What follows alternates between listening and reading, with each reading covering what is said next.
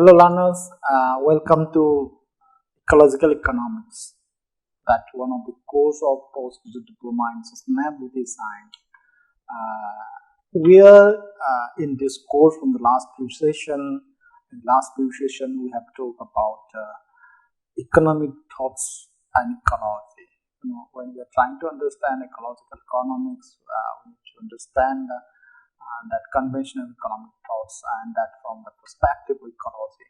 So we know that environment, there are linkages between environment and economy, and then we understand that the biophysical rule, that energy balance principles from the lens of economics also, and we learn about the scarcity of resources and issues of sustainability in that context, and we have talked about the economic growth model, which conventional economy always talk about, and we talk about ecological economic standard model of economic growth also. So today in this session, let us have a quick look into what are the ecological limits to economic growth, since we know that there are interlinkages between environment and economy. When we're trying to understand the ecological limits to economic growth, what is the ecological economic view of the economy? That is very much I need to understand. When ecological economics, they have a fundamental difference, that especially when we are talking about the vision of economic. So this ecological economics, they are fundamentally different with that of conventional economics, is that pre-analytic vision of the economic process than in classical economics. The economic process, it is sustained by a flow. When we talk about energy balance principle, it is by a flow of low entropy, right? Means high quality energy, materials and ecological services from the environment. So collectively, all these resources and services, they are called as natural capital. So ecological economists, they distinguish between natural capital, that is, this natural capital generates natural resources and ecological services, and the more familiar form of capital manufactured by or residing in humans in their economics, culture and institution. So when you talk about capital manufacture, that can be taxed into two broad forms: human-made or manufactured capitals. When you talk about human-made or manufactured capital, it refers to factories, building, tools, and other physical artifacts. When we talk about human capitals, it refers to the stock of education, skills, culture, and knowledge that is stored in human beings themselves. So the resource augmented technical change and substitution between this natural and the human capitals, they are the core of debate about what we are talking about limits to growth and sustainable development. And you will see in different publications about this debate since last few decades. Some of the among the most renowned exchanges, it is about a debate between famous economists like Herman Daly, Robert Solow, and Joseph Stiglitz. And Daly, in his publication 1997, criticized the growth model of Solow, that was published in 1974, and Stiglitz publication 1997, because the production function that used by Solow and Stiglitz, they assume perfect substitutability of manufactured capital for natural capital. So Daly argues that the two forms of capital that largely are complement, because human capital ultimately is derived from and sustained by energy, materials, and ecological services. But if you look into some of the publication by author Van den Werf, especially in 1997, noted that the substitute complement debate has set less light on the issue than it could, because it tends to characterize the human capital, natural capital relationship at one end of the spectrum or the other, when in fact it is very complex issue that defies a single universal level. So that is how, in a quick view on how ecological economic view the economy, right? So when we come into the ecological limits to economic growth, in the history of this ecological economics, you will see between 1900 to 2000, the world population, grew, in an astoundingly very fast way. From this over, we have seen that 1.6 billion at the beginning of 20th century to 6.1 billion at the end of 20th century, right? So, if you look into some of the forecaster predictor, what they predict is that by 2050, global population will exceed 9 billion. Now we have crossed 7 billion. So, in just 100 years, the population doubles 3 times over. So, during this time, the world achieved, vastly higher standard of living.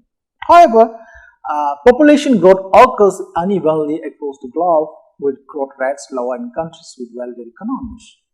Currently, nearly about 25% of all population growth is occurring, as we know that, in the developing world, and in the coming years, the 50 least developed nations are expected to double their population from 800 million to more than 1.7 billion. Then, agrarian lifestyle especially, it dominates the social order of most of the developing countries.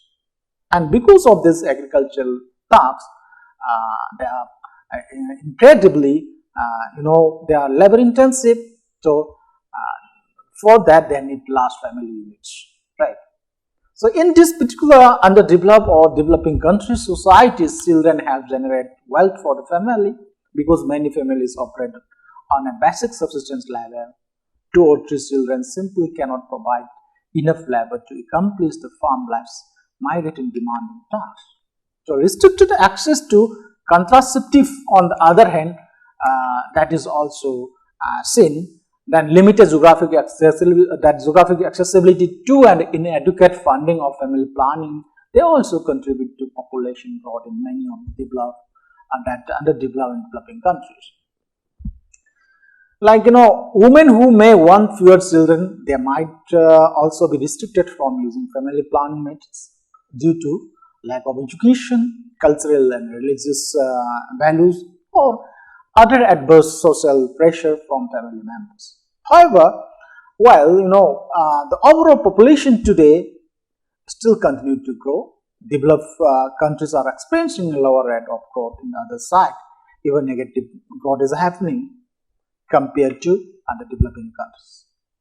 So, in fact, if you look into that, growth rates are expected to decline into mid-century, with projection beyond 2050 that indicates that a global population could stabilize or even decline. It's one of the reports of World Population, United Nations in 2004. In that report, UN projected that fertility, means the number of children per mother, they will decline substantially from 2.6 children per woman to just slightly over 2 children per woman by 2050. So, many developed countries like, Germany, Italy and Japan, they are already experiencing a decline as their population ages and fertility rates fall below the replacement level. While, fertility rates are declining as women have fewer children, the inverse is true for life expectancy also. So, global life expectancy at birth is projected to increase to 75 years by 2050 compared to 65 years at the present time in developed countries, and the regions life expectancy will reach 82 years by mid-century. So, as a country develops economy and expected transition from a country with high birth rate, and that rates to one with low birth, and that rates can be illustrated and can be looked to the 4 stages in what we call as demographic transition model. In this DTM means demographic transition model that can look into 4 stages. Stage 1 is occur in a pre-industrial society where birth rates are high and relatively imbalanced, resulting in a slow and steady population growth. In stage 2, death rates begin to decline with improved food supply. and sanitation, which result in a decrease in disease and overall increase in the lifespan. Then stage 3, you will see in stage 3 is a decline in birth rates due to the reduction in subsistence agriculture and increase in women's education, access to contraception and other social factors. So this is also the stage where population growth begins to level off, right? In stage 4, it shows stabilization in population growth with both low birth and death rates. However, as the population ages, total population can decline, means there will be negative growth, as there are less birth and deaths. So there are several factors which contribute to lower fertility rates in developed countries. So unlike in developing countries, in the developing countries we know that most children generate wealth in the form of labor. But in case of developed countries, children are not capital assets. They do not need to engage in labor for profit, rather they require financial investment. So due to this financial and opportunity costs associated with child rearing and importance placed on each side social and intellectual development, parents have little incentive to large number of children. So lower rates of child mortality in developed countries also mean that fewer birth rates are needed to ensure survival to maturity. In addition to that, these wealthier countries, they tend to provide the necessary means to women in order to reduce births, including, education, employment opportunities, and increase access to family planning services. So, as population, with the population growth, number of concerns associated with a declining population. Fewer young people will result in aging population, eventually resulting in shortage of workers to support the growing numbers of retirees. So by 2050, if we assume the current trends happening, like for example in Japan, labor force will fall from 68 million to 46 million. So is in Italy also from 23 million to 14 million, and like Germany's from 41 million to 28 millions.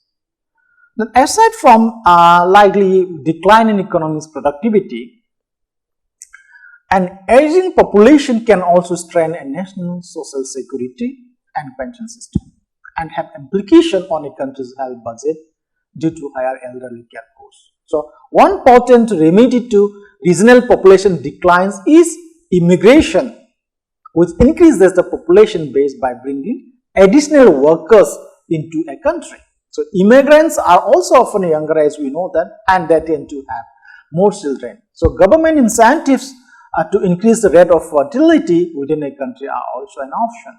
For example, look in 2006, that Russia's president called for an increase in government subsidies for children up to 18 months old. Then extended maternity leave while paying 40% of the mother's salary and covered a portion of their care costs. So several other European countries, they have also instituted similar financial incentives, primarily in the form of bonuses or monthly payments in the same way. So, most developed countries, as we know, that have already reached stage 4 of the demographic transition model. Right. In addition, there is a result of rapid social economic changes in countries like Brazil, Thailand, and China. They are reaching the final stage rather than quickly. However, while the majority of these developing countries are moving to the second and third stages, many nations, especially in Africa, within the Africa, they are caught up in the second stage because of the extremely slow economic development, right? That means increasing, right? So the government of several developing countries, they have attempted various stabilization scheme. Although some we get in some countries success, some countries does not. Kenya, this is one of the first sub-Saharan African country to develop a national family planning campaign in the late 1960s. Well, in the time, their official policy calls for matching the size of the population with available resources. Decisions are left to the individual families. Their approach has had much stresses in fertility rate are declining, contraception use continues to grow. And again, we know that China's one-child policy that mandated by the government in 1979 in China has effectively curbed the growth of the world's most populous nation. However, serious human rights concern has arisen because of abortion, infanticide, abandonment. They are practiced with stunning frequency. Furthermore, many worry that severe gender imbalance will soon result in social trouble, as many men of marriageable age will find it increasingly difficult to find wives. In addition to the relationship between population and wealth, there is an important link between population growth and the environment as well. Many of the natural resources necessary to sustain a population, they are referred to as the commons or common property resources that are shared through open access. For example, water, etc. So, if you look from that environment and that perspective of population and this population growth and environment relation, and then one of the based on concept to understand this is Garrett Hardin's issue, the tragedy of the commons, in which he argues that the overpopulation of a species will deplete their natural resources. The continued population growth it will create an increased demand for natural resources and can lead to resource scarcity. So this problem that could be particularly difficult to manage for open access resources. Unlike open access resources, for example, in the case of common property resources, only the members of the concerned group have a right to use and also right to exclude non-member or outsider. So even the uses of authorized users are regulated. So in case of open access resources, no one has the right to exclude anyone from using resources, and it is a reason that available resources, if we left open, is subject to overuse and destruction. According to 2005 UN ecosystem assessment study, human activity uses nearly 60% of the ecosystem resources in an unsustainable manner.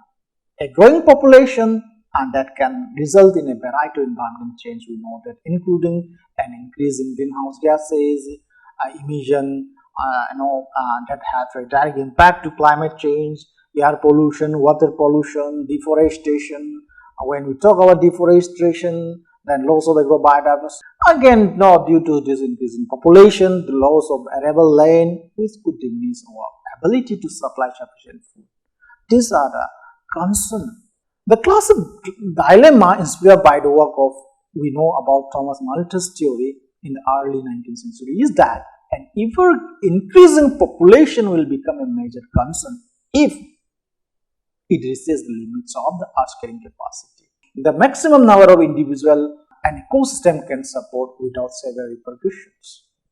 So this Malthus focus on the relationship between population and food supply. It argues that because of population growth that increases geometrically, while food supply grows arithmetically, humans would eventually overturn their food supply with disastrous consequences. So the Malthus sphere argument have been challenged by different economists like Julian Simon and his colleague. Their view is that such prediction failed to account for the enormous capacity of innovation and creative thoughts among humans.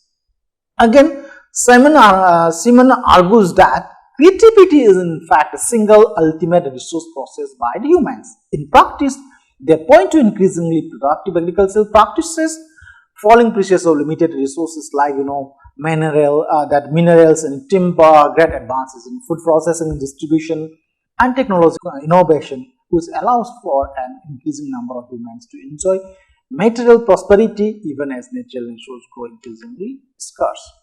Furthermore, Simon argues, continued his argument that this continued population growth can lead to a larger and freer markets, economies of scale, and greater ingenuity to come up with technical solutions to ever-evolving problems. Technological advances, among other things, can lead to discovery of additional resources, increase the productivity of resources over time, improve our ability to control the amount of waste that enters the environment, and through conservation and efficiency make available resource last longer. As population concerns continue to evolve, market processes that promote adaptation and creative problem solving will remain an effective mechanism for channeling creativity and increasing adoption and possibility. Then, is there a carrying capacity of the earth for humans? Question comes in front of us. We know that carrying capacity is the maximum number of individuals of a population that can be maintained indefinitely by the life support services of a given area of the environment without degrading those life support services, right? So, in principle, the carrying capacity of non-human population is very straightforward. So, each individual has roughly the same demand on its environment, that is food, habitat space for refuse, reproduction and waste assimilation and others. So, a given area of the environment has a relatively fixed amount of its resources that sets the carrying capacity for the population. So, the dynamics of population growth is controlled by negative feedback loops that are characterized by density independent factors like weather, etc. and density dependent factors, that is predation, disease and reproduction, right? So, a population can overshoot its carrying capacity due to a lack in the effect density dependent factors. And when we talk about overshoot, it's a temporary because the negative feedback loop between population and density dependent factor tend to shrink the population when it exceeds its carrying capacity. So, in reality, it is difficult to calculate the carrying capacity of non-human population because population often vary widely over time, often in response to external factors such as climate. So, applying the concept of carrying capacity to human population that is even more problematic because the relationship between human society and the environment is very much complex than that for non-human population. So, there are several ways in which humans are fundamentally different from plants and animals. Few of them, first people use the environment to do much more than feed and clothe themselves. Most of the natural resources consumed for example, in Finland or Japan are used to produce goods and services that are not necessary for the biological survival. Thus, one has to define an average standard of living to begin an assessment of the carrying capacity. Second, there are rapid changes in the types and quantities of resources used by the human population. This flexibility implies that a critical resource now may be unimportant in the future and that an unimportant resource now may be important in the future, right? Thirdly, humans purposefully change their environment in ways that increase the amount of life support.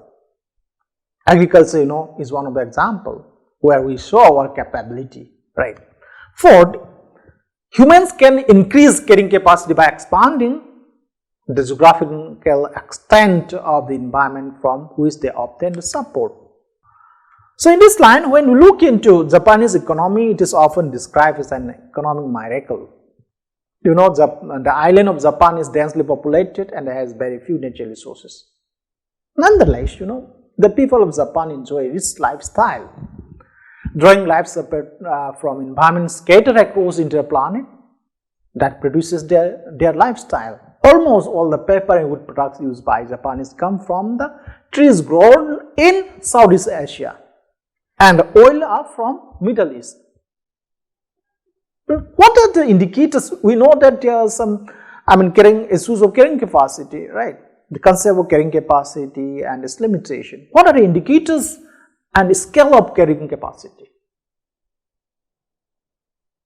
We all know that the problems associated with estimating human capacity that have not deterred people from making estimates. In 1979, Antony van Leeuwenhoek, the Dutch inventor of the microscope, published the first quantitative estimate of Earth carrying capacity, that is 13.4 billion people.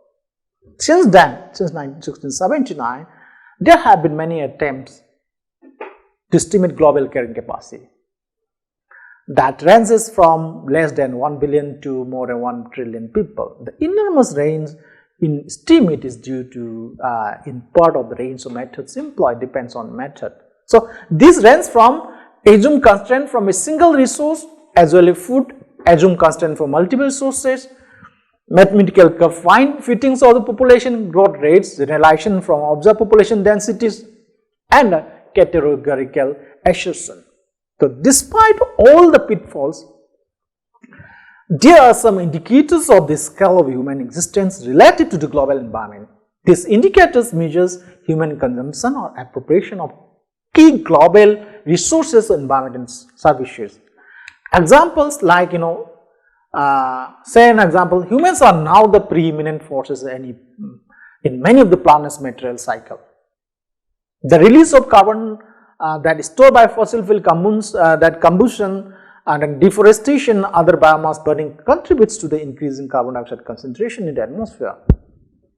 We also fix more nitrogen annually than natural processes through the production of fertilizer and combustion of fossil fuel. Our mobilization of the trace metals such as lead and cadmium is enormous relative to natural resources that results in their accumulation in soils to levels that cause serious human ecosystem health problems in many nations. So human consumes or control about 40% of global terrestrial net primary production, the total food resources on the planet. Human use about 26% of total terrestrial evapotranspiration, and 54% of water runoff that is geographically and temporarily accessible.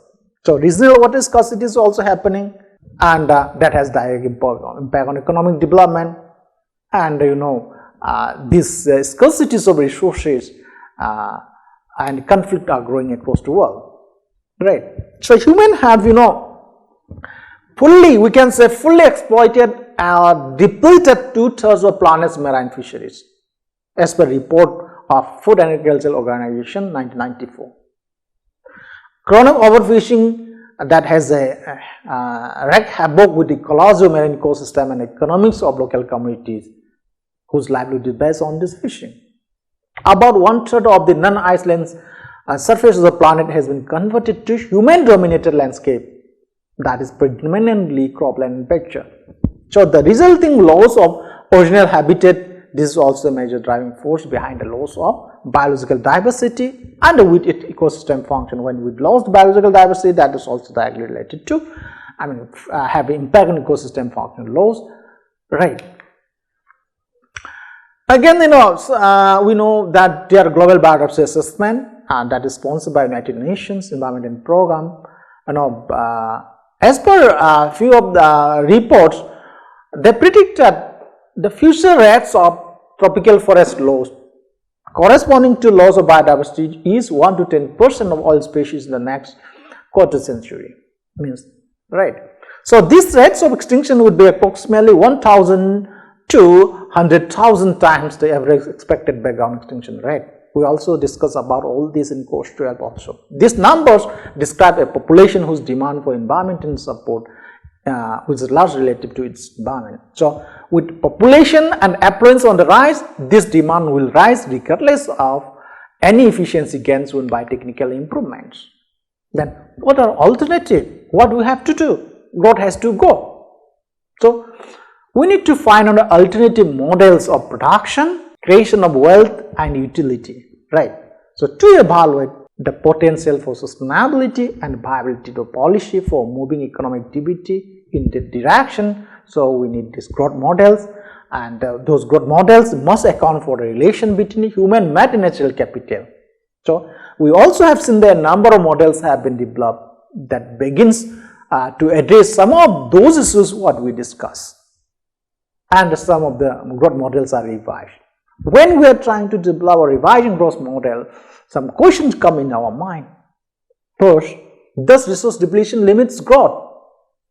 Will the environment's ability to process waste limit economic growth? To what degree can human-made capital substitute for natural capital? To what degree can an educated workforce substitute for natural capital? And we are looking for the answer of the question, does resource depletion limit growth? We know the number of debate about the potential for resource depletion to limit economic growth that focuses on the potential to substitute for scarce natural resources. Right. When we look from the lens of microeconomic analysis, it indicates that substitution can allow economic activity to continue, but they ignore the macroeconomic and global effects of substitution. So, resource depletion often increases the quantity of human-made capital required to extract a unit of natural resource. So, these costs have been generally ignored in growth models of this microeconomic analysis. So, to represent the effect of resource depletion on economic activities, there is a need to suggest that the quantity of manufactured capital, labor and natural resource required to extract a unit of natural resources should be modeled separately from the production by other sector. In addition to this, the feedback loop from the resource depletion to the quantity of factory inputs required should also be modeled explicitly. So, technology has the potential to offset the effect of depletion, but the effect of technology should be represented consistently with the historical record of diminishing returns to the ability of technology to reduce the quantity of human-made and natural capital required to extract resources, right? When the answer to the question, will the environment ability to process waste limits economic growth? As we know that number of models what we have seen today, this used damage function to represent the reduction in economic output related to levels that are possible in unpolluted environment. For example, the ICE model means the dynamic integrated climate economy model, right, that specify a 1.67% reduction in GDP when temperature rises 3 degrees Fahrenheit relative to pre-industrial levels. So, this damage function arbitrarily assumes that all types of environmental damage reduce output at a specific rate in the future. So, these types of damage function do little to advance our understanding of how energy and material flow between the economy and environment and within economic system feed back to the production of the output. So, we must represent the flow of matter, these flows of matter and energy explicitly in 3 specific ways. First, energy and the material flows in environment that create a natural capital which human extract and transform to raw material. Second, the use and depreciation of human-made capital creates material and energy waste. Third, those wastes are assimilated by natural capital. So, the growth model must represent the accumulation of waste in environment and the economic activity generates waste faster than natural capital can process them. So, growth models should account for the fact that the accumulation of waste has negative feedbacks on economic output that often are lack in the time and space.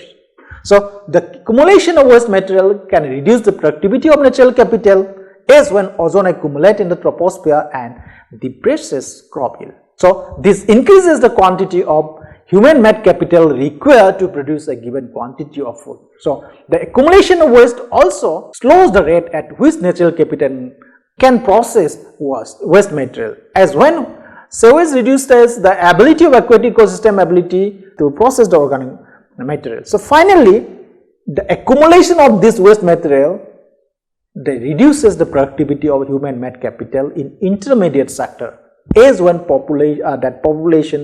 this pollution increases, work days lost to illness, right. The answer to another question, to what degree can human-made capital substitute for natural capital? The notion that economy can grow at infinitum depends in large part on the assumption that technical advances can reduce the quantity of natural capital required to produce a unit of economic output. So, in this case, growth models must account for the forces that produces the broad patterns of energy in the material intensity of GDP. Much of the reduction in energy use per dollar of GDP in industrial nation is associated with the substitution of high quality for low quality foods. So, further reduction in the energy intensity of economic activities should be assessed relative to the availability of high quality fuels. So similarly, a significant portion of the reduction in the use of mineral and metal per unit output may be associated with changes in trade pattern. So many developed nations now, they import that large quantities of metal and mineral that embodied in finished goods such as automobiles. So this embodied metal and mineral flows rarely are accounted for in growth model. Finally, model must represent the factors that cause resource use in waste production that changes with income. In fact, income often is not a causal factor, but rather income is correlated with causal factors such as the spatial intensity of economic activities and imports. Then another answer to another question: to what degree can an educated workforce substitute for natural capital? We are investing in education. Now, when investment in education happen, it increases labor productivity, and we also recognize as economic growth. Thus, it may be possible to sustain economic growth with little or no increase in the flow of services from natural and manufactured capital by producing a more educated workforce. So, to assess this potential, that growth model must represent the cost of increasing the levels of education.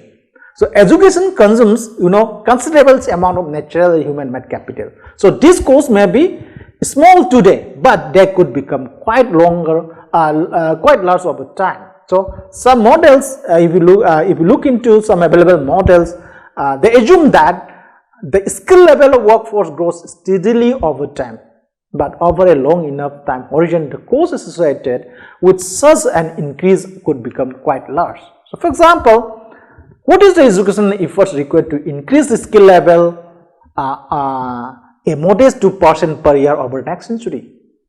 Does this increase imply that every person goes to college or gets an advanced degree? So, the cost of such an effort would be large in terms of both the educational workforce and opportunity cost of extended schooling. So, the longer someone stays in the workforce, the shorter time will he be in the workforce in future.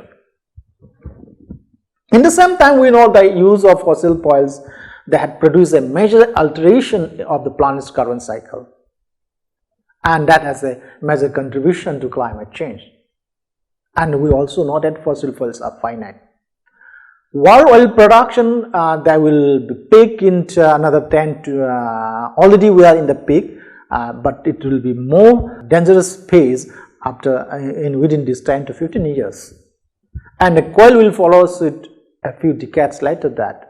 So, the more stringent restriction on carbon emission than those currently contemplated would be shortened this lifetime. So, it seems unlikely that we will tap the waste vast store of energy in tar, sand and oil shale due to their high carbon intensities. So, thus humanity faces that fundamental challenges.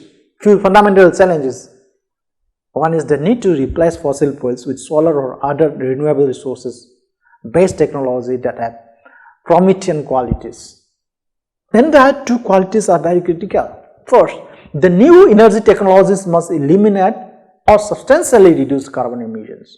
Second, they must approach the abilities of fossil fuels to generate economic wealth per heat unit. So, solar technologies clearly meet the first criteria since they are free from carbon. So, the extent to which they meet the second criteria is an open question, because solar energy inherently is a lower quality than fossil fuels.